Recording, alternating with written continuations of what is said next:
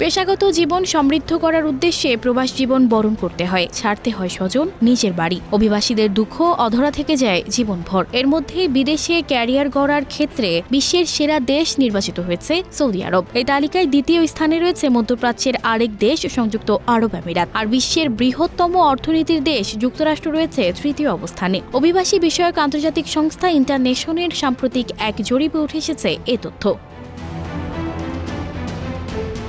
The expert insider 2024-এর এই জরিপে অংশ নেন 174টি দেশে বসবাসকারী 12,000-এর বেশি অভিবাসী। দেশগুলোতে অভিবাসীদের অভিজ্ঞতা, জীবনযাত্রার মান, ব্যক্তিগত সচ্ছলতা, সার্বিক সন্তুষ্টির মাত্রা প্রভৃতি বিষয় বিবেচনা করে তালিকা প্রস্তুত করা হয়। এই ক্যাটাগরিতে 2024 সালের জন্য সেরা দেশ নির্বাচিত হয়েছে সৌদি আরব, অর্থাৎ মধ্যপ্রাচ্যের তেল সমৃদ্ধ দেশটি ক্যারিয়ার গড়ার জন্য এখন বিশ্বসেরা।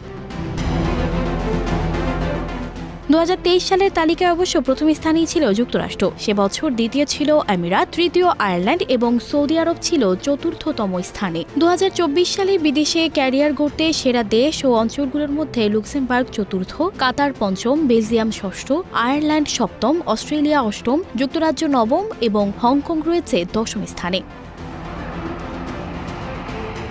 তালিকায় জায়গা পেতে একটি দেশ থেকে ন্যূনতম 50 জন অংশগ্রহণকারী থাকতে হয়। এবছর এই শর্ত পূরণ করতে পেরেছে মাত্র 53টি দেশ, তবে সেগুলোর মধ্যে নেই বাংলাদেশের নাম।